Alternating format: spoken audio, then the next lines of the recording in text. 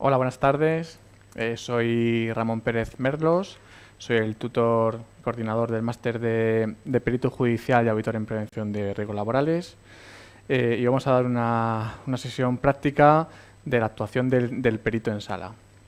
Expondremos unas pautas de cómo entiendo que un perito judicial se tiene que desenvolver en una sala, en cuanto a la elaboración del informe y en cuanto a la actuación en la propia sala. Y posteriormente expondré un caso práctico bastante interesante, un accidente en una obra de construcción de una pericial que yo hice, que creo que es interesante desarrollar y comentar. Creo que los asistentes, unos son técnicos de prevención, están haciendo el propio máster de perito judicial, pero otros no son especialistas. Entonces,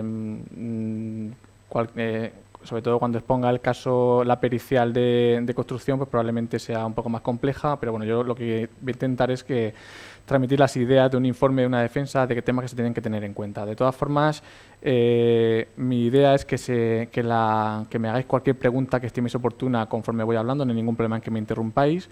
Yo creo que es mucho más didáctico y ameno que me vayáis haciendo preguntas y voy contestando, dudas que se vayan surgiendo, más que dejar las preguntas para el final. Así que ningún problema en que me hagáis cualquier cuestión que consideréis oportuna. Bien, comenzamos. Bueno, evidentemente, pues al final el perito judicial, después lo expondré, casi siempre los peritos intervenimos como peritos de parte, no como peritos judiciales llamados por el juzgado, porque realmente casi siempre la peritación, el propio perito judicial, los jueces entienden que el inspector de trabajo y el técnico de la comunidad autónoma es objetivo, es imparcial en sus informes y entonces tienen en cuenta sus informes prácticamente como periciales. Entonces, en general, casi todas las peritaciones, las que yo he hecho y las que hacemos la gran mayoría de profesionales, son peritaciones de parte, tanto de la parte que acusadora como de la parte de la defensa. Entonces, para hacer una pericial, cada uno en su materia es especialista, pero hay que tener una reputación. Por lo tanto, es muy importante, entiendo, tener una adecuada reputación y un caché de cada hacer una pericial, porque además la diferencia de la pericial con otras actividades, como hacer una exposición de una presentación, una ponencia en un congreso, etcétera, etcétera, es que ahí, aunque puedes tener al público que te haga una serie de preguntas, no tiene nada que ver con un careo, con una intervención en un juicio donde hay mucha presión, donde hay mucho en juego, porque generalmente hay un trabajador accidentado y evidentemente hay incluso no solamente accidentado, sino fallecido. Entonces hay mucho en juego, tanto a presiones como a nivel económico, responsabilidad penal, civil, etcétera. Por lo tanto, cambia muchísimo la actuación, ya la hablaremos. Objetivo de la presentación de hoy: conocer los métodos para elaborar correctamente un informe pericial. Esto se ha estudiado en el máster de peritos, creo que se han dado bastantes pinceladas, pero bueno, entraremos sobre todo en el caso práctico del informe, porque la teoría y los temas a tener en cuenta en la elaboración del informe ya se han comentado y se han tratado en el propio máster, ¿no? Pero bueno, también hablaremos de unas pinceladas. Tener constancia de las ideas básicas para una exposición eficaz del informe pericial. Al final, ayudar al alumno a la defensa del juzgado. Insisto, en un juzgado todo cambia y quizás el nivel de nervios y de estrés que se genera ahí es mucho mayor que en cualquier otro lugar. Conocemos las técnicas básicas para facilitar al perito su actuación frente al tribunal: el comportamiento, la mirada, los gestos, la forma de expresarse, en definitiva, cómo se maneja los nervios y el estrés. Y tácticas efectivas frente a los ataques de los abogados en sala. También hablaremos de esto y lo desarrollamos tranquila, con mayor profundidad. Bien, simplemente esto también estaba en el temario, pero para los alumnos que no estén en el matriculado, sí es importante un poco recordatorio. En el procedimiento inicial de una vista oral, lo que primero se llama a todas las partes, entran los abogados con las partes involucradas, entran los abogados y procuradores también. Casi siempre son procesos en los que intervienen empresas, trabajadores, a veces hay denuncias de sindicatos, hay compañías aseguradoras, mutuas de accidentes de trabajo que están implicadas. Por lo tanto, suele haber mucha gente generalmente en la demanda que el trabajador o la familia del trabajador presenta. Suele haber muchas entidades involucradas, desde las empresas hasta la mutua, compañía asegurada, etcétera. El juez abre el proceso solicitando al abogado de la parte demandante la exposición de su demanda, es decir, qué es lo que se pide y cuáles son las pretensiones. A continuación, el juez solicita al abogado de la parte demandada los argumentos para oponerse a la demanda y sus pretensiones. Hay veces, esto ya es el proceso de juicio, hay veces que se llega a un acuerdo antes, de indemnización, etcétera, etcétera, pero aquí ya en el juicio generalmente el abogado se opone a la demanda. En muchos casos se suspenden los juicios porque falta algún tipo de documento. Es muy habitual tener que ir varias veces a un juicio simplemente porque ha faltado un documento, pero bueno, lo habitual es que el abogado aparte que defiende exponga sus argumentos, pero el juicio se celebre. A partir de ahí, pues el juez le pide a las partes que indiquen los medios de prueba que tienen. Aquí incluso ese es un proceso en el que se suele tachar o se suele recurrir a ciertos peritos por vínculos, por afinidades, etcétera, etcétera. Esto ya se ha tratado, vínculos familiares o que trabajes en la misma empresa. De hecho, yo he sido perito en algún accidente de trabajo de mi propia empresa y siempre la parte contraria ha intentado tacharme porque ha trabajado de la propia empresa. Bien, cuando eres perito de la parte demandante, pues lo que se hace es se entra a la sala, el perito judicial entra a la sala, el juez pide declaración de objetividad y juramento y hace advertencia al perito, ¿vale? No siempre el perito va a declarar, ya lo hemos visto en el temario, pero generalmente sí, casi siempre lo he llamado a declarar, más que a declarar, a la defensa de su informe, a ratificar su informe. Lo que pasa es que en ese momento, evidentemente, las partes suelen hacer preguntas y cuestiones, pero no siempre es obligatorio que el perito vaya a defender su informe, aunque es lo habitual casi en el 100% de los casos. Bien, en ese momento el perito pues, es interpelado primero por el abogado de su parte. Es decir, primero, si tú vas representando a la parte demandante, tu abogado, el abogado de la parte demandante es la primera persona que te pregunta. Te hace una serie de preguntas que evidentemente tienen que estar preparadas con antelación, tanto si defiendes a uno como a otro, tiene que estar preparadas con antelación porque al final es una estrategia, ¿no? La defensa del informe. Se pide, se solicita si el perito se ratifica en el informe que ha hecho, que evidentemente se suele ratificar, y se sigue y sigue haciendo preguntas el abogado, en este caso de la parte demandante, que es a quien tú le has hecho el informe pericial. En ese momento, cuando el abogado termina de ser preguntado por la parte demandante, le preguntan las otras partes. En este caso, la parte contraria, la parte demandada, es la que pregunta. En último lugar, ahí dice que en último lugar también el juez. Y también es una figura bastante, bueno, no reciente, pero bastante habitual, el fiscal. Porque en casi todos los procesos judiciales por accidente de trabajo hay un fiscal de siniestralidad que suele estar, que en muchos casos es el que demanda por oficio, aparte de que la familia del demande, la familia del accidentado, y en ese momento el fiscal también suele hacer bastante preguntas, muchas veces más que el propio juez. Y al final, cuando has hecho el interrogatorio, cuando te han interrogado todos, te han preguntado todos, pues te indican que terminas tu interrogatorio, te puedes ir de la sala o te puedes sentar. Lo habitual es sentarte a terminar de ver el juicio, por lo menos en la intervención de los otros peritos o de las otras partes. Cuando representas a la parte demandada, es lo mismo.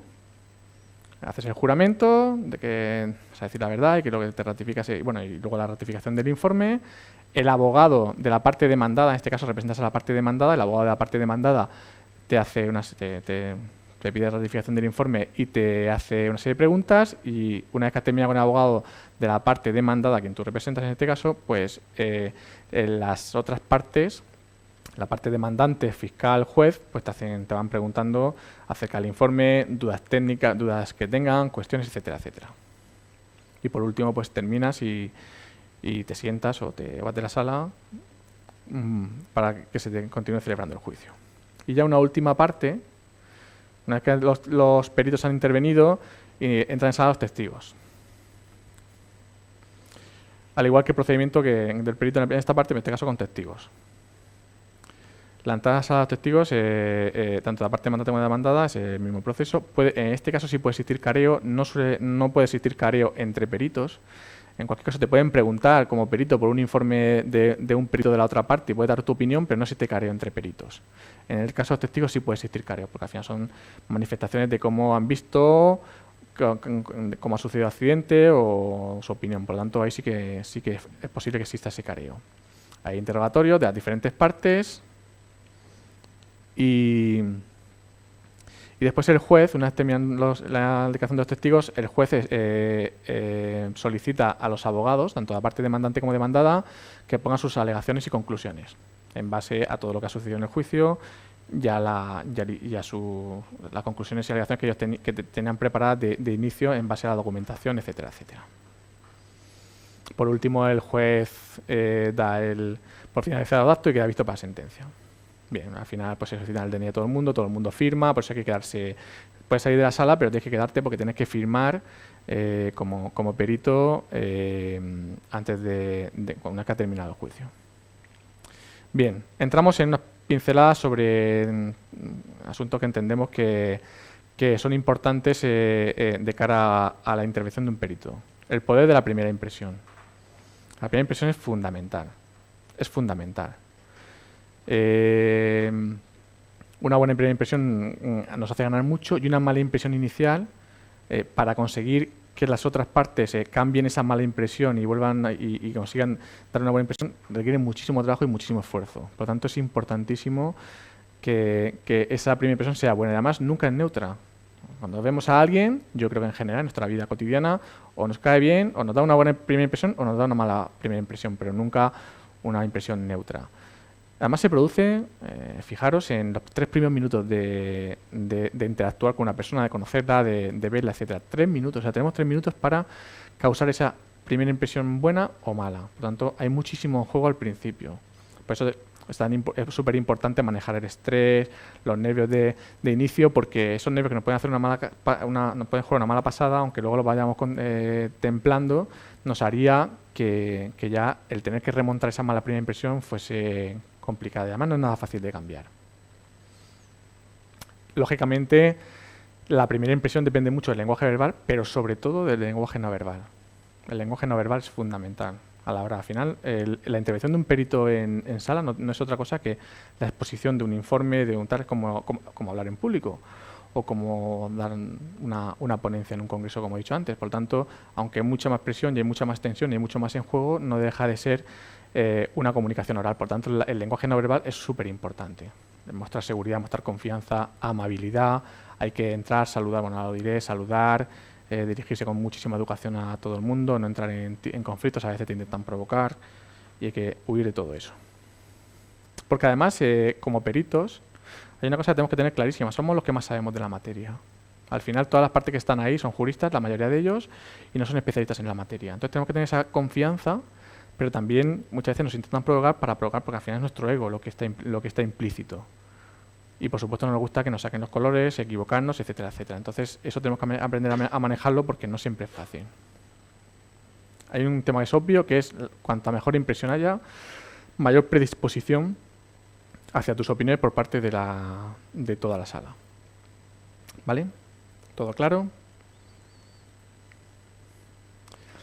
La teoría del interés, evidentemente, nuestro informe y nuestra actuación tiene que basarse en criterios objetivos, también subjetivos, tocar el valor humano muchas veces y ser formal ante todo. Hablaremos de eso. Pero bueno, es importante que generemos interés en la otra parte y se genera interés de esa manera. Al final tenemos que hacer interesante al juez lo que verdaderamente es importante para el perito. Es decir, tenemos que intentar que de alguna manera lo que queremos, las 2 o 3 ideas, que de eso hablaré después, que queremos dejar claras al juez, el juez lo considera importante y además sean nuestras ideas las que le transmitimos y no las de otros. ¿Vale? Y no es nada fácil, evidentemente. Para eso somos peritos. Bien, y entramos en 5 características que considero fundamentales para una adecuada prueba pericial. Preparación, preparación, preparación. Aquí no existe ningún secreto, nadie es más listo que nadie.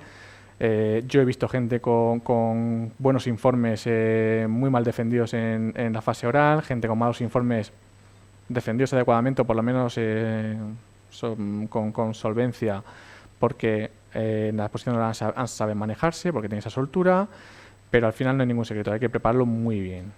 Hablaremos de eso más adelante. Causar una mejor primera impresión que los otros, obviamente. Exposición clara, precisa y concisa del informe. Fundamental.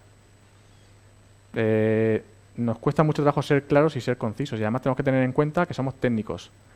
Y el juez, y los abogados y el fiscal son juristas. Y tenemos que hablar en su idioma para que lo entiendan porque al final no tiene ningún sentido ser muy buenos en una materia si no somos capaces de transmitir a quien al final tiene que dictar sentencia, que es el juez.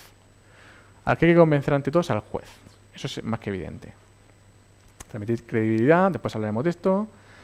Y saber defenderse de los ataques de los abogados y demás peritos en sala. Insisto, y también de los fiscales, porque los fiscales, sobre todo cuando eres parte de la defensa, hay preguntas bastante desagradables y bastante duras, e incluso tanto a testigos como a peritos yo he visto a jueces decirle al fiscal que no, decirle al testigo o al perito que no contestase esa pregunta porque ya se la había preguntado, intentando un poco darte la vuelta, o simplemente porque era una pregunta un poco con mala uva y el juez entendía que se estaba sobrepasando el fiscal. Bien, en cuanto a esas 5 características, pues bueno, preparación. ¿Qué nos da la preparación? Más reflejos, más seguridad, más convicción ante lo que decimos. Hay que preparar lo que se va a decir y cómo se va a decir. ¿Vale? A mí, bueno, he puesto aquí una frase que me gusta mucho de decir, porque es así: la mejor improvisación es la que se ha preparado. Es decir, si nos pillan en un error, en el informe o en las preguntas, porque además en muchas ocasiones nos preguntan de diferentes formas lo mismo para intentar buscar nuestra contradicción, estamos perdidos. Y además, en el momento en el que el juez vea que no tenemos que nuestro informe no está bien preparado, que no está bien argumentado, deja de interesarle el tema. Yo he podido ver hasta incluso jueces leyendo el periódico una vez que iba un perito porque veían que no aportaba nada, ¿vale? Así que no existe improvisación. La improvisación es lo que hay que prepararla también. Y hay que preparar con el abogado y con la empresa a la que defiendes o con el trabajador si es el demandante, hay que preparar muy bien la fase, la vista oral, el informe, posibles preguntas que te van a hacer, cómo contestar, etcétera, etcétera. Es fundamental. No solamente la preparación del informe y la defensa, sino además con el abogado. Y además la relación tiene que ser muy estrecha con el abogado. Y hay que hablar mucho y prepararlo muy bien, que en muchas ocasiones no se prepara y muchas veces por eso se cometen errores y creo que se pierden juicios por eso, porque no existe esa preparación inicial. Causar una mejor primera impresión, el aspecto, la forma de entrar en sala. Insisto, siempre que entrar, decir buenos días, irse buenos días, la forma de sentarse, siempre evidentemente no se debe tutear y siempre siempre tenemos que contestar a preguntas que se nos hagan. Al juez siempre se le habla como su señoría y cuando se quiera hablar, porque se está discutiendo un tema y tal, pues decir con la venia, es decir, hay que ser ante todo educado. Y la forma de mirar, por supuesto, nada de mirar con soberbia, con superioridad, con despecho o con mirar malamente a un abogado de la parte contraria porque nos está machacando, nos está metiendo mucha caña y tal. Todo lo contrario, porque además es lo que en muchos casos se busca para desacreditar al perito, es que pierda los nervios, ¿no? Y que pierda tal. Entonces, aunque su informe pueda ser muy interesante, al final, si pierdes el control, pues probablemente tu informe no sirva para nada. Esto para mí es súper importante porque nos cuesta mucho trabajo ser concisos. Yo el informe que voy a enseñar es verdad que es un informe muy completo, con muchas cosas a tener en cuenta, lo explicaré ahora, pero los informes tienen que ser concisos y sobre todo, claros, y sobre todo centrarse en lo que se está analizando. Y aunque se analice mucha documentación, mucha información y se aporte mucho, luego las conclusiones tienen que ser clarísimas. Las conclusiones son súper importantes porque en muchos casos el juez hace una lectura transversal de nuestro informe y se queda con los puntos importantes. Es importante subrayar, es importante poner en negrita los temas importantes y sobre todo las conclusiones. Insisto, el juez no es técnico, hay que ayudarlo. Tenemos que tener claro que el juez no tiene por qué tener ni idea de lo que estamos tratando.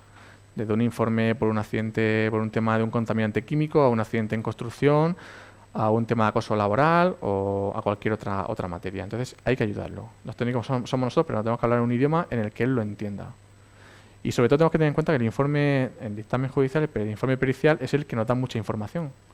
Y está todo perfectamente atado y contemplado en el informe. Seguramente si lo hemos hecho bien. Pero tenemos unos minutos en la sala como peritos. Entonces no podemos entrar en divagaciones y en dar mucha información que al final se pierda, sobre todo el juez. Tenemos que ser concisos y entrar en materia y en lo que nos interesa que quede claro. ¿Vale? Y además en un idioma entendible y asequible. Si hablamos de un mecano de encofrado, que es el encofrado de un forjado en una obra de construcción, el juez no tiene por qué saber que es un mecano. Entonces, si utilizamos este tipo de palabras, muy habituales para la gente que trabajamos en el mundo de la construcción, pues nosotros damos por hecho que es una palabra que es conocida y el juez no tiene por qué conocerla. Entonces, si utilizamos tecnicismos, tenemos que explicar qué tecnicismo es, que es un mecano. ¿Vale? Insisto, ojo con las ambigüedades y muchas veces nos dispersamos. Se nos pregunta por algo y al final terminamos hablando de un montón de cosas y no dejamos el mensaje claro. Y vuelvo a insistir en evitar el abuso del lenguaje técnico. El lenguaje técnico está para el informe, pero hay que explicarlo para que se entienda. Cada vez se utilizan más medios audiovisuales, vídeos, incluso maquetas, es decir, que cada vez se utilizan, es una muy buena táctica para aclarar, sobre todo cuando son informes complicados. Bien. Tenemos ante todo que transmitir credibilidad. Si no somos creíbles, en base a nuestro informe, en base a nuestra exposición, pues lo tenemos mal. Y para transmitir credibilidad, tenemos que intentar aportar los datos lo más objetivamente posibles. Aportar muestras, estadísticas, demostraciones como he comentado, vídeos, esquemas, manuales de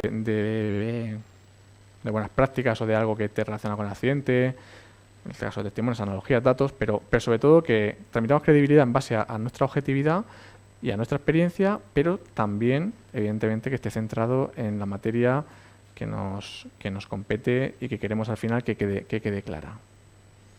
Las opiniones, siempre se dice que el perito tiene que evitar opiniones personales, pero al final las opiniones siempre están. Es imposible evitarlas, pero es cierto que tenemos que evitar lo más posible hacer opiniones personales y sobre todo irnos a datos lo más objetivamente posibles y demostrarlos evidentemente. Saber defenderse de los ataques de los abogados y demás peritos. Mantener la calma. Insisto, el que más sabe, tenemos que tener clarísimo que en la sala el que más sabe de esa materia somos nosotros.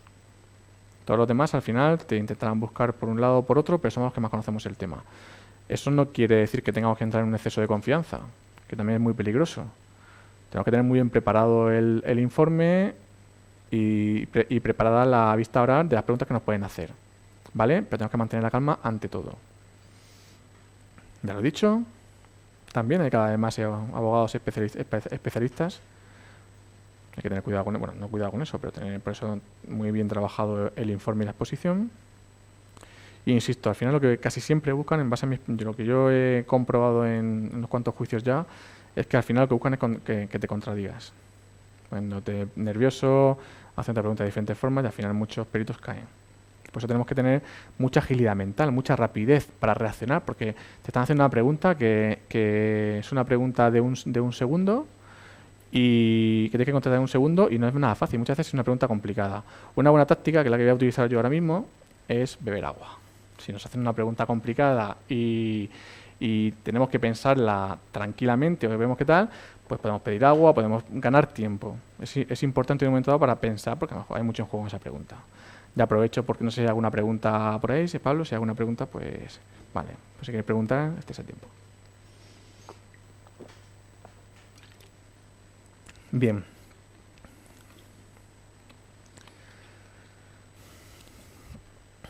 Una pincelada muy rápida porque esto es un mundo, pero bueno, para manejar esos niveles de estrés, como he comentado, es bueno beber agua, tener pensamientos de tranquilidad. Cuando uno entra a una sala está nervioso, entonces tiene que estar tranquilo. Hay muchísimas técnicas para estar tranquilo. Hay gente que hace mindfulness, es decir, cada uno lo que considere. Pero es verdad que tenemos que estar lo más tranquilos posibles, sin estar excesivamente relajados, porque hay mucho en juego, tenemos que estar ágiles mentalmente. Pero es buenísimo que entremos muy tranquilos.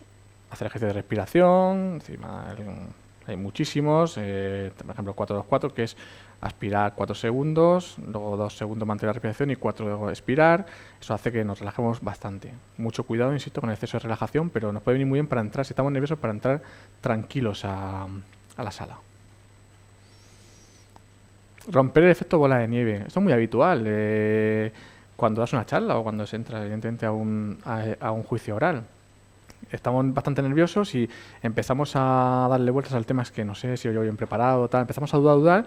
El famoso efecto bola de nieve va aumentando la bola de nieve, aumentando la bola de nieve, y llega un momento en el que cuando entramos ya estamos súper nerviosos y poco menos que cualquier cosa ya nos afecta. Entonces, evitar eso, evitar que... Entonces, una estrategia interesante es imaginar que es el mejor momento de tu intervención, que lo vas a hacer genial, etcétera, etcétera, porque entras muy tranquilo y entras muy convencido del tema, cada uno el que tenga. Bien, vamos a empezar con la exposición del informe oral. Creo que al final es lo más interesante. En nuestro máster se han expuesto un montón de informes. Este es un informe bastante completo que hice yo creo que era muy interesante. Incluso es un informe muy especializado en construcción. Pero bueno, yo creo que es interesante comentarlo, sobre todo para transmitir una serie de ideas que yo creo que son interesantes en cualquier informe.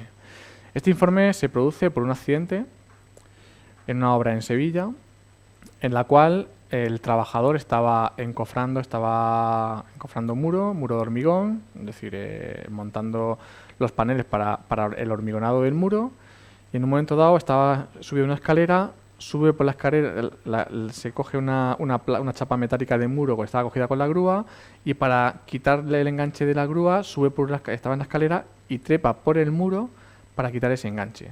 Y el trabajador cae de 5 metros de altura aproximadamente y se encuentra grave y tal. Entonces, para empezar, a mí me piden informe pericial, el accidente creo que se produjo en 2011, me lo piden en 2016 o por ahí. 5 años después, casi siempre, y además me lo piden porque están en el proceso de instrucción y del juicio y además con posibles imputaciones penales. Entonces siempre pasa lo mismo, nunca los peritos casi nunca podemos actuar en el momento del accidente, que es súper importante porque cuando llegásemos en el momento del accidente tenemos mucha información, fotos que las haríamos nosotros, etcétera, etcétera, interrogatorio en ese momento de todas las partes, la documentación, o sea, sería muy bueno que los peritos pudiésemos actuar justo en el momento del accidente, porque al final sabemos exactamente lo que tenemos que buscar para, es un poco, de alguna forma, tipo CSI, ¿no? Al final es importante llegar justo después de ese accidente. Entonces, casi nunca es así, casi siempre hacemos peritaciones de parte, como he dicho al principio de intervención, y siempre a posteriori, cuando el proceso judicial empieza. Entonces, claro, al final tienes que ver qué documentación, qué información tienes para el juicio, y en muchos casos no tienes prácticamente información, o muchas veces faltan muchísimas cosas, que es un poco lo que me pasó en este juicio, en este accidente. En este accidente lo he puesto como ejemplo porque hay un montón de información, incluso fotos de unos días anteriores a la obra, fotos de la obra de unos días anteriores al accidente. Importantísimo porque esas fotos, ahora lo veréis, en el informe han sido vinculantes, y de hecho gracias, según la parte, el abogado de la defensa, ha sido crucial este informe para el sobreseimiento y no imputación del empresario, que es el que a mí me contrató para hacer la pericia. Una empresa que en este caso era contratista de las obras, contratada por el promotor. Entonces, es interesante este informe porque aporta mucha información y por eso lo voy a ir un poco declarando sin entrar en demasiados tecnicismos, porque es un informe muy técnico, evidentemente, pero es interesante, yo creo, dar unas pinceladas para que hagáis una idea general de lo que debe dar un informe, que lleva muchísimo trabajo, la verdad. Un informe bien hecho, bajo mi punto de vista, depende del accidente, del suceso y de la casuística, pero eso lleva mucho trabajo. Bien. Bueno, mi nombre, mi titulación, el índice, la identificación del perito, mis titulaciones, currículum, luego la trayectoria profesional, pues bueno, todo lo que tengo, todas las cosas que intervengo, una serie de premios que me han dado en tema de prevención, etcétera, etcétera. No es una cuestión de presumir, pero es importante de cara a transmitir la credibilidad que antes decíamos. O sea, al final he publicado tres, acabo de publicar el 4.º libro, tengo 4 libros publicados, me han dado varios premios individuales. Entonces, eso no es una cuestión de tal, sino que simplemente al final se le aporta se te presume una credibilidad de inicio con un currículum bastante interesante, ¿no? Al final, la importancia esa que decíamos de transmitir esa profesionalidad y ese currículum y esa trayectoria. Bien, el juramento promesa, que ya hemos visto en el informe, diciendo que no se tiene ninguna de de interdirecto ni se tiene ninguna vinculación personal o familiar con la parte que te ha contratado. ¿Quién te solicita el informe? En este caso el informe, bueno, los nombres son todos inventados, ¿vale? El informe me lo solicita una empresa constructora en cuyo nombre inventado le he puesto Construcciones Barean, y el accidente se produce, eso sí es real, el 3 de febrero de 2012, ¿vale? Se redacta el informe a petición de la empresa, accidente. En una obra de construcción que ejecutaba la citada empresa consiste en la preparación de cimentaciones y saneamiento para edificaciones industriales en Dos Hermanas, que tampoco fue en Sevilla, pero no fue en Dos Hermanas. Bien, un pequeño título del informe y empezamos. Una introducción de lo que es la empresa, a qué se dedica, el CIF, etcétera, etcétera, y que me encarga la elaboración del informe. En mi caso, no fue posible mi comparecencia en el accidente. Como he dicho, el accidente se produjo en 2012 y a mí me piden en diciembre de 2015, en septiembre de 2015, perdón. Y entramos primero, cada uno estructura los informes periciales como él quiere. Yo intento hacer un informe de forma, a ver, es que pongo todas las personas implicadas, todos los documentos que he revisado, etcétera, etcétera. Al final intento hacer un informe de manera que el juez no quiera ver otra cosa, porque viene toda la información ahí, toda, ¿vale? Evidentemente no pongo las declaraciones de los testigos, no adjunto todo lo que he revisado, pero sí pongo la relación, además de forma cronológica, etcétera. Entonces lleva muchísimo trabajo todo eso, pero creo que es un informe muy limpio, porque es muy fácil de ver. Entonces yo particularmente creo que tiene que ser así. Entramos primero en un punto importante, personas implicadas, el accidentado, trabajador de la empresa, con una experiencia de encofrador de 12 años y de la empresa, dado de alta en plantilla en la empresa, 2 meses y medio. ¿Por qué es tan importante la experiencia del trabajador? Porque claro, el trabajador lleva poco tiempo en la empresa, pero no tenía falta de experiencia, lleva 12 años haciendo ese trabajo en otras empresas del sector de la construcción, pero ese mismo puesto, ese mismo trabajo. Es súper importante reflejar ese tipo de información. Y hay que preguntarla, evidentemente. Testigos. José Antonio, compañero del fallecido. Francisco Javier, compañero del fallecido, estaban en la obra. Miguel Ángel estaba presente en la obra. Ángel, encargado y recurso preventivo de la empresa, que también estaba presente en la obra. José Luis, jefe de obra. Javier, ingeniero forestal, jefe de producción, es decir, ayudante jefe de obra. Jennifer, coordinadora de seguridad. En el momento de accidente hubo 2 coordinadores de seguridad, que bueno, para los especialistas son una figura que contrata el promotor para, de alguna forma, supervisar o comprobar que se hace bien la seguridad de la obra o que se establecen buenos procedimientos. Hubo un primer coordinador que renunció y Jennifer estaba de coordinadora en ese momento. Ignacio, director de obra. Enrique, arquitecto técnico, autor del plan de seguridad de salud y la obra. Ya sabemos que tiene que haber un plan de seguridad en cualquier obra de construcción que tenga un proyecto. Si no sabemos, insisto, para no especialistas lo digo yo. Insisto, podéis preguntarme si tenéis dudas de cualquier cosa, me la podéis preguntar porque entiendo que esto es un tema muy específico. Pero bueno, yo por lo menos que veis que están todas las personas relacionadas con el accidente referenciadas y qué hacen y qué. Porque claro, luego en mi informe los voy a referenciar, entonces tienen que estar, se tiene que saber exactamente cuando se referencia a Miguel Ángel no sé qué, indica en su declaración que no sé qué. O sea, nos podemos ir a los testigos, recordamos quién es Miguel Ángel y ver que es Miguel Ángel. Eso en otros informes pues quizás no se ponga porque al final lleva bastante trabajo, pero creo que es muy importante reflejar eso porque si no al final nos perdemos. Bien, documentación analizada. Fijaros, bueno, Francisco, el administrador de Construcciones Barean, es la persona que me encarga a mí, el dueño de la empresa constructora que me encarga a mí el informe.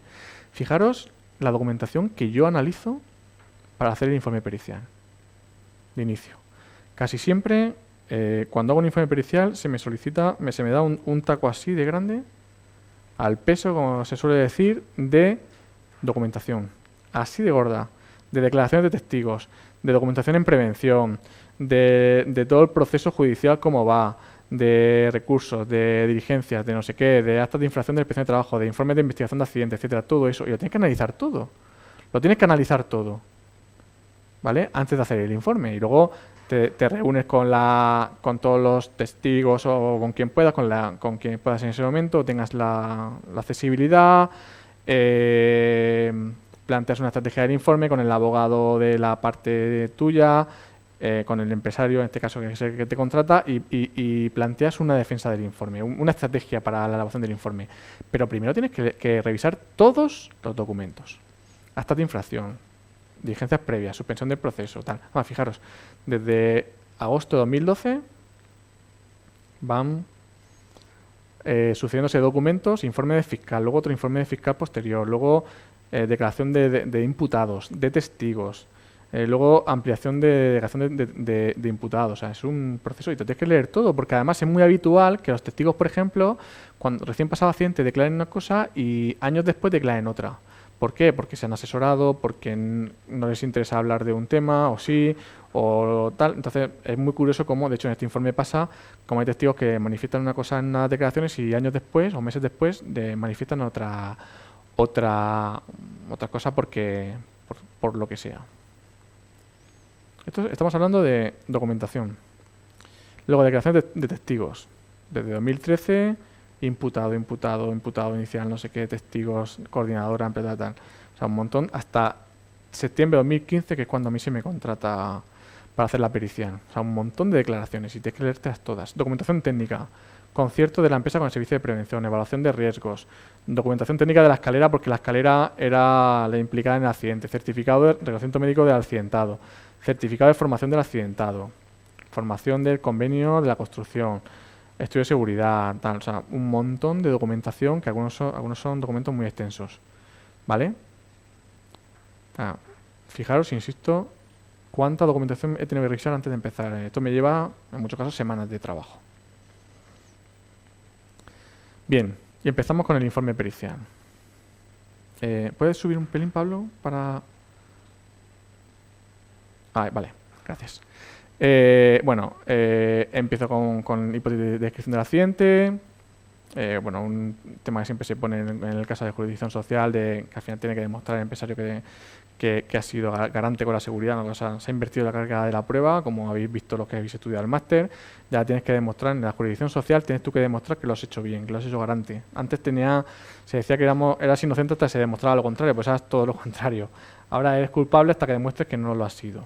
Bien, primero procedo a hacer un análisis del estudio de seguridad de la obra, ¿vale? En el estudio de seguridad de la obra no voy a entrar en leerlo porque no daría tiempo, pero habla de equipos de trabajo, dice que los equipos de trabajo quedan reservados a los encargados de dicha utilización, que se utilizan específicamente para ellos, que en aquellas situaciones de riesgo de caída de altura se utilizan equipos de protección colectiva y en caso de no ser posible la protección individual, lo que dice la legislación, ¿no? En cuanto a cimentación de hormigón y muros, que es el trabajo que se estaba haciendo, pues dice que se hará con encofrado de paneles a dos caras, lo que he comentado antes, paneles de encofrado, que el hormigonado se hace con bomba de hormigón, etcétera. Aquí se habla de los medios auxiliares que se van a utilizar para el trabajo, escaleras de aluminio y andamios, ¿vale? Bien. En cuanto al hormigón de muros, pues el ascenso del muro se hará por escalera de mano, que se prohíbe el acceso escalando al encofrado, que fue justo lo que pasó. Pues ya en el informe, en el estudio de seguridad se decía que estaba prohibido el trepado por los encofrados. Bien, ese es el informe, el estudio de seguridad que lo hace el promotor, que encarga el promotor. Luego, el plan de seguridad, que es el documento, es la evaluación de riesgos de la obra, que es el documento que hace el contratista, Construcciones Barean, o sea, el documento en el que Construcciones Barean dice cómo va a hacer la obra, pues más o menos se basa en el estudio de seguridad en muchos parámetros. Dice que el ascenso y descenso del personal a los encofrados se efectuará a través de escaleras de mano, que el acceso al trador del muro, que es lo que se estaba haciendo, ese trabajo también con escaleras de mano, que se prohíbe escalar por los encofrados, insisto, que es como sucedió accidente, y que antes de inicio del hormigonado, bueno, pues se habrá construido una plataforma de trabajo, etcétera. Bien, seguimos.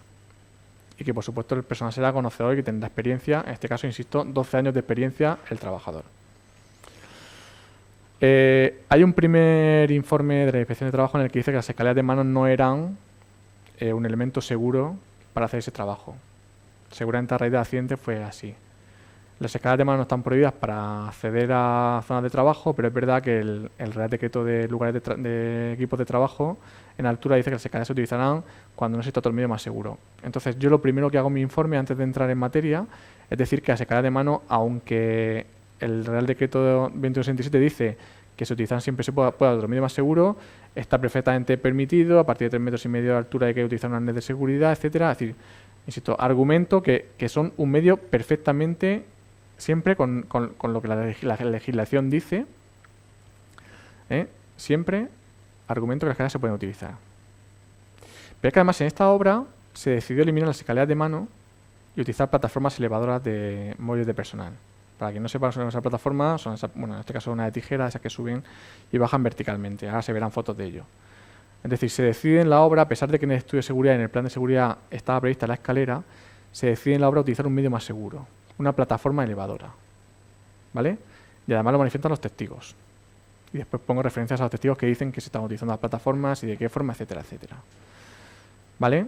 Entonces, como dice el Real Decreto, se utilizan medios más seguros, pues aquí se opta por sustituir la escalera por un medio más seguro. Por tanto, la empresa fue garante, y quiso ir más allá de lo que estaba contemplado y modificó sus procedimientos para utilizar un medio más seguro.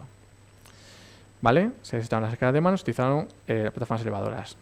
Aquí en el informe pues pongo declaraciones de testigos. Lo que está en cursiva es copiado literalmente de la documentación que he analizado, ¿no? Entonces dice, pues, por ejemplo, Enrique, arquitecto técnico de la empresa constructora, y hizo el plan de seguridad. Y también se acordó la utilización de plataformas elevadoras de tijeras, que estas plataformas estaban previstas en el plan de seguridad, sino que se acordó como mejora.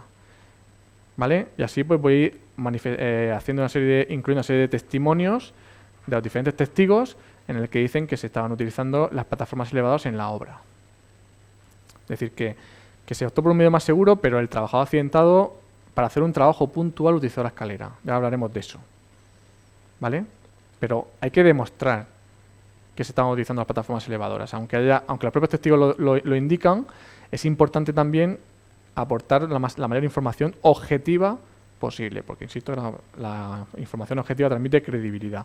Pues en este caso, ahora veréis lo que comentaba, la gran suerte que tuve de que me facilitaban fotos de unos días anteriores al accidente, donde se veían trabajando todos los trabajadores implicados en el accidente y el propio accidentado con las plataformas elevadoras. Por tanto, nadie puede decir que no estaban en la obra, que no se utilizaban, porque hay fotos que demuestran. Insisto, tuve mucha suerte porque no es fácil tener tanta información.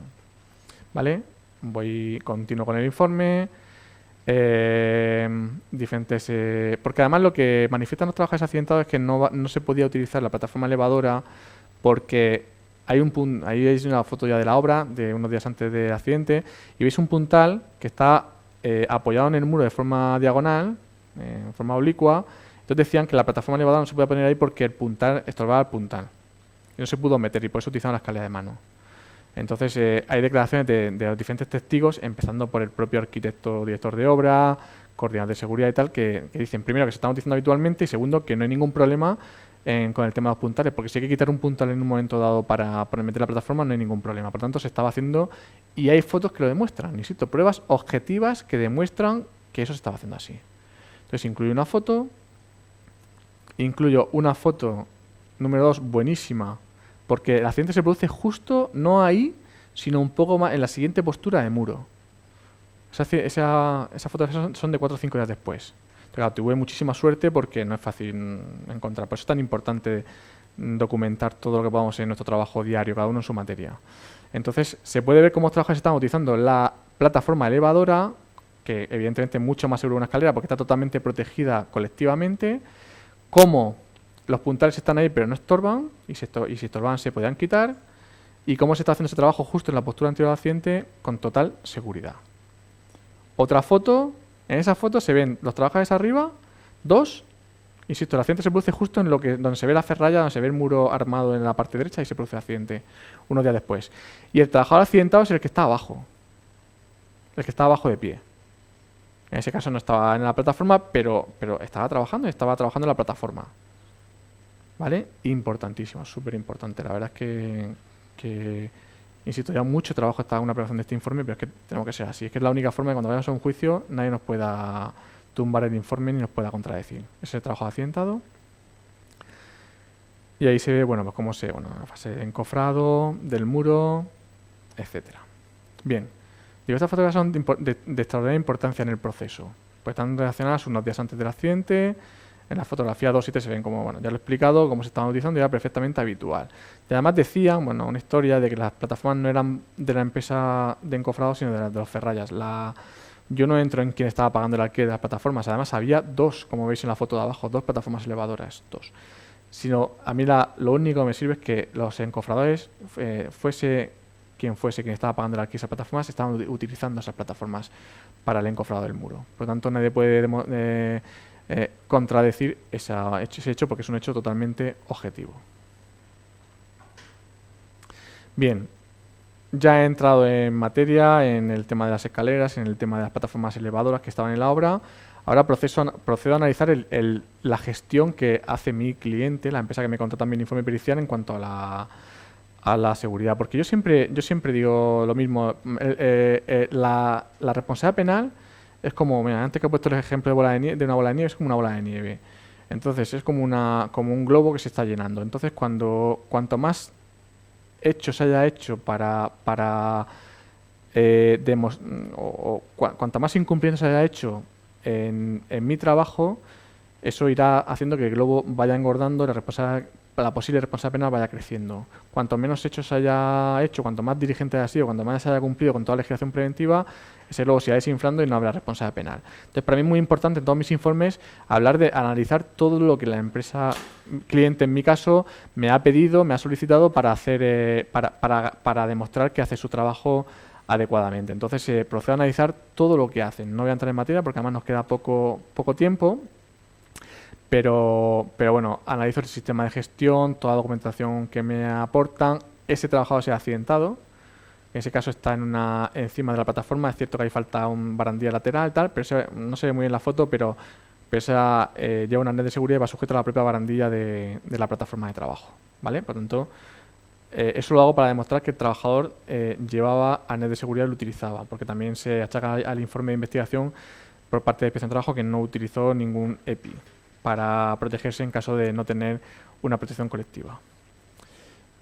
Analizo, insisto, no hay tiempo, pero analizo todo, certificado de formación del convenio de construcción, aula permanente 8 horas de formación, un curso específico, segundo ciclo del convenio de construcción obligatorio de 20 horas de encofrado, información de los riesgos de la obra, que esa información que es el plan de seguridad venía lo de no se puede trepar por las encofrados de muro. Insisto, ojo con la formación, como mínimo tenía 28 horas de formación recibidas en materia preventiva. Y además luego demuestro que en esa formación se le había explicado que está prohibido trepar por las chapas de muro, por las placas de muro. Luego en anexo 1. Cito lo que la formación del convenio, esa formación de 20 horas, los contenidos formativos donde habla de sistemas de encofrado, es decir, se le ha formado específicamente en esos trabajos, ¿vale? Entonces, al final, formación, información, reconocimiento médico del trabajador, entrega de EPIs, que también hay un justificante que se ha entregado a todos los EPIs, el uso de arnés de seguridad, que además se entregó y lo estaba utilizando como se ve en la foto. Pues al final lo que yo demuestro objetivamente es que la empresa evaluó los riesgos, informó al trabajador, le hizo un reconocimiento médico, le entregó los EPIs, etcétera, etcétera. Por tanto, la empresa fue garante, absolutamente, sin entrar en el accidente en concreto, pero a nivel de gestión hizo todo lo que la legislación le exige, le obliga para cumplir con su exigencia de acuerdo al artículo 14 de la Ley de Prevención de Riesgos Laborales. Bien. Insisto, bueno, para verlo tranquilamente le entrego todos sus EPIs, ahí lo especifico perfectamente. Y ya entro, por último, en la hipótesis de descripción del accidente.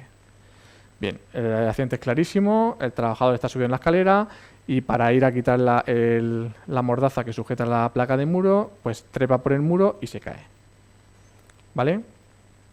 Existen diferentes declaraciones en que se manifiesta que se están utilizando habitualmente plataformas elevadas. O sea, el trabajador con experiencia, con formación, con información, con todos los EPIs necesarios. Al final el trabajador se salta, insisto, 12 años de experiencia, se salta los principios generales por un exceso de confianza seguramente y además teniendo los medios, porque lo que siempre se condena a las empresas penalmente por no facilitar los medios al empresario. En este caso los medios estaban facilitados, que en las plataformas elevadoras se estaban utilizando habitualmente y este trabajador incumplió todo lo que se le había transmitido en la obra en cuanto a la información del propio plan de seguridad y todo lo que se le ha transmitido en los cursos de formación, ¿vale? Y además, insisto, tenía las plataformas allá a su alcance y no se utilizó. Por lo tanto, fue una imprudencia del trabajador. Ya muchos años realizando trabajos de encofrado de muros y conocía perfectamente los riesgos a los que estaba sometido, no solo por la formación recibida, sino por la experiencia acumulada.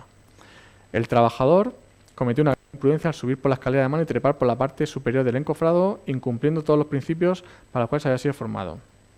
Insisto, bajo mi punto de vista, se jugó la vida y poco le faltó para perderla.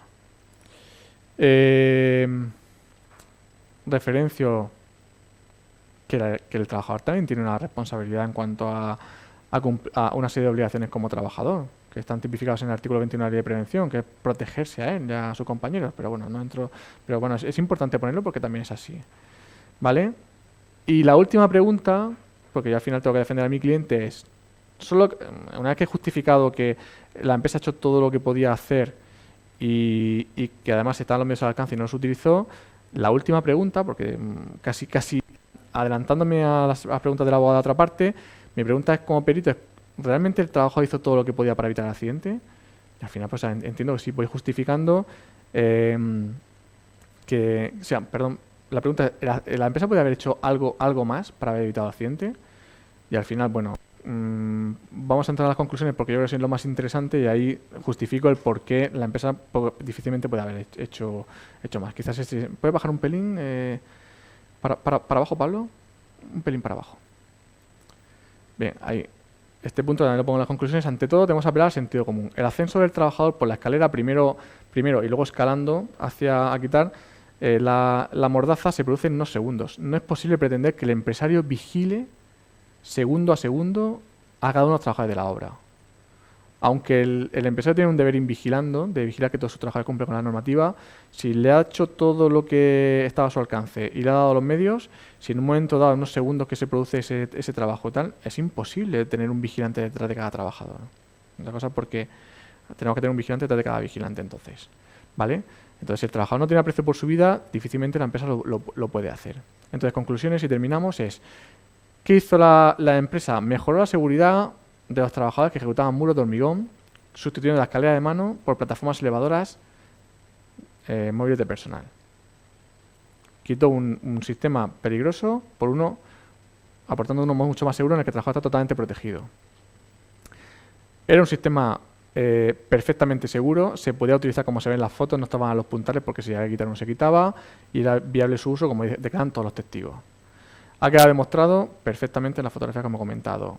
La empresa Construcciones Varian cumplió con todo lo estipulado en la legislación, elaboró el plan de seguridad, evaluó los riesgos, entregó los equipos de protección a sus trabajadores, en este caso al accidentado, formó e informó al accidentado y además le hizo un reconocimiento médico. Y realizó eso es muy importante porque muchas veces se debe ir vigilando, se dice es que no puedes demostrar que estás en la obra, que estás supervisando los trabajos del trabajador. Entonces, al aportar fotos de la obra, estás demostrando que tú vigilabas la obra. Hacías fotos de seguimiento de la obra a nivel de ejecución y a nivel de seguridad. Y se demuestra cómo esas fotos estaban en perfectas condiciones de seguridad a los trabajadores. Por lo tanto, no se puede achacar que la empresa no hizo una vigilancia de seguridad de la seguridad de la obra porque fotos justo unos días antes del accidente demuestran que se hacía una vigilancia. Por lo tanto, una vez analizada toda la documentación y las causas del accidente, este perito solo puede afirmar que el trabajador accidentado descuidó las normas más elementales de seguridad, no utilizando los medios de protección dispuestos a su alcance, como era la plataforma elevadora móvil de personal. Insisto, actuó temerariamente. Entonces, esto es un informe, creo, bastante completo en el que se demuestran de forma objetiva en un montón de pasos y de circunstancias que la empresa ha sido garante. Luego, evidentemente, hay que ir a juzgado. Ya, me pasa la última diapositiva, Pablo, por favor. Hay que ir a juzgado y demostrar que el trabajador, que ese informe, defender ese informe y tiene que estar expuesto, evidentemente, a las preguntas de la otra parte. No pasa nada, tiene que saber defenderlo, pero evidentemente tiene que tenerlo muy trabajado, muy preparado para las posibles preguntas de la otra parte. Yo creo que hay un montón de pruebas, casi nada son suposiciones, yo me baso todo en fotografías, en legislación y en hechos consumados y objetivos para el informe. Por lo tanto, al final no tengo ningún problema en ir a un juicio y defender este informe porque no creo que difícilmente me pueden tener puntos débiles donde me puedan atacar. Última diapositiva, conclusiones. La mejor manera de terminar que lo voy a hacer yo. Porque muchas veces cuando nos están haciendo preguntas, insisto, nos empezamos a enrollar y a decir y tal, y al final se trata de transmitir los mensajes y dejarlos clarísimos, sin entrar en tal. Tenemos que tener una confianza absoluta en nuestro informe, tenemos que prepararlo muy bien y defenderlo defenderlo muy bien, pero para eso una confianza absoluta en nosotros. El perito es el experto, ¿vale? Me gusta mucho esta frase: los hechos mandan y acaban haciéndose respetar, si elegimos correctamente la dirección y las formas adecuadas.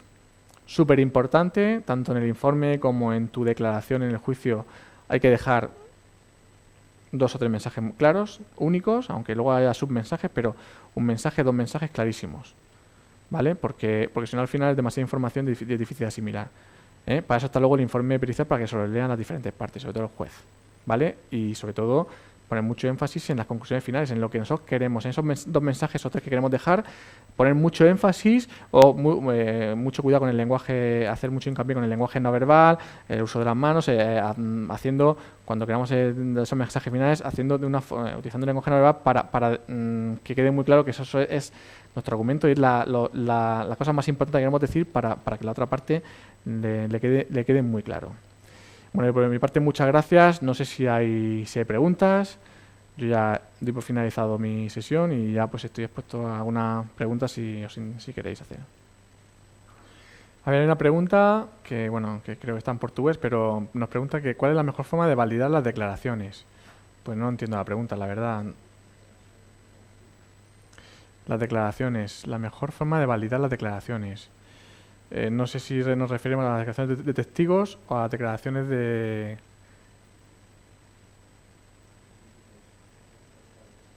Me imagino la declaración del perito.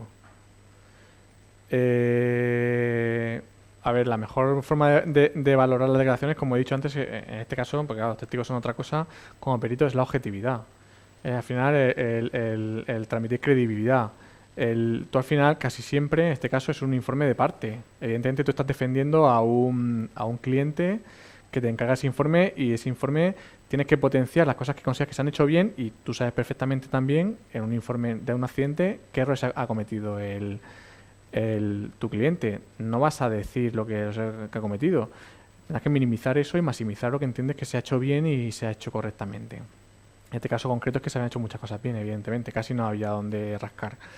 Pero al final la única forma de validar esas declaraciones son con una prueba donde tú realmente se vea, aunque sea un propio informe de parte, donde se ve que no es un informe secado, que es un informe objetivo y que te basas sobre todo eso en pruebas, en hechos y en legislación. Entonces yo creo que al final la credibilidad se basa en eso, en transmitir eso.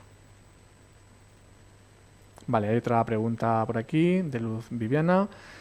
¿Qué hacer cuando después de analizar la documentación al realizar el informe pericial apunta a la otra parte no contratante? El informe pericial apunta, después de analizar la documentación al realizar el informe... Hombre, se supone que tú haces un informe pericial para ayudar a la parte que te ha contratado, ¿no? No sé si me estás preguntando que haces el informe y no ayudas a la parte que te ha contratado. Si me puedes matizar la pregunta... Si el perito no tiene suficiente experiencia, su informe puede tener poco peso ante la sala. Hombre, claro, muy buena puntualización, Ismael, además alumno del máster. Evidentemente, es muy importante tener experiencia, pero todos hemos empezado y todos tenemos que arrancar como peritos o en cualquier profesión. Entonces, por eso es tan importante trabajar el informe. Puede ser que no tengas experiencia, probablemente la falta de experiencia te pase factura en el proceso oral, ¿no? Porque ahí es duro. Pero por eso tienes que trabajar muy bien el informe y tenerlo muy bien preparado y muy bien atado. Al final, el peso en sala del informe no se basa en tener un currículum brillante o no. Eso está muy bien de cara a cuando empiezas a leer el informe, mira, pues esta persona tiene recorrido. Pero luego, he visto informes de gente con mucho recorrido que no aporta absolutamente nada porque está hecho con poco esfuerzo o porque hay gente que tiene currículum brillante pero luego o directamente no se ha esforzado o no ha dedicado el tiempo que necesitaba. Entonces es fundamental trabajar bien el informe y exponerlo, pero aunque no se tenga experiencia, entiendo que también los peritos somos profesionales, nos tenemos un círculo de profesionales. Entonces, oye, si al final hay un accidente en el que no tenemos experiencia, no sabemos contratarlo, para eso están hablar con otros especialistas, otros peritos y nos vayan un poco iluminando hacia cómo enfocar ese ese informe. Pero evidentemente hay que tener mucho cuidado porque muchas veces por querer poner, yo hablaba de ser conciso, yo aquí he puesto mucha información porque ese informe porque hay mucha información que dar. Pero en muchos casos el exceso de información nos puede perjudicar, que es un poco lo que pasa en informes de servicios de prevención cuando hay accidentes, etcétera, que muchas veces queremos poner muchas cosas porque sea lo más completo posible y nos puede perjudicar.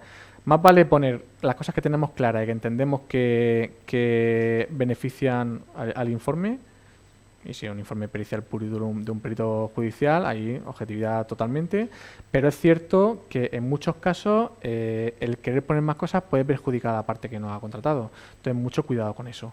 Pero también es cierto que aunque pongamos los puntos fuertes del informe, tenemos que estar preparados en la fase oral para defender las cosas que han quedado ahí un poco o donde nos pueden buscar las cosquillas. Necesito el informe, la preparación que yo decía es fundamental porque si no está bien preparado, tanto de los puntos fuertes que queremos defender como de los posibles puntos débiles que tiene el informe de cara a la defensa en el juicio oral, nos pueden hacer polvo, las cosas como son.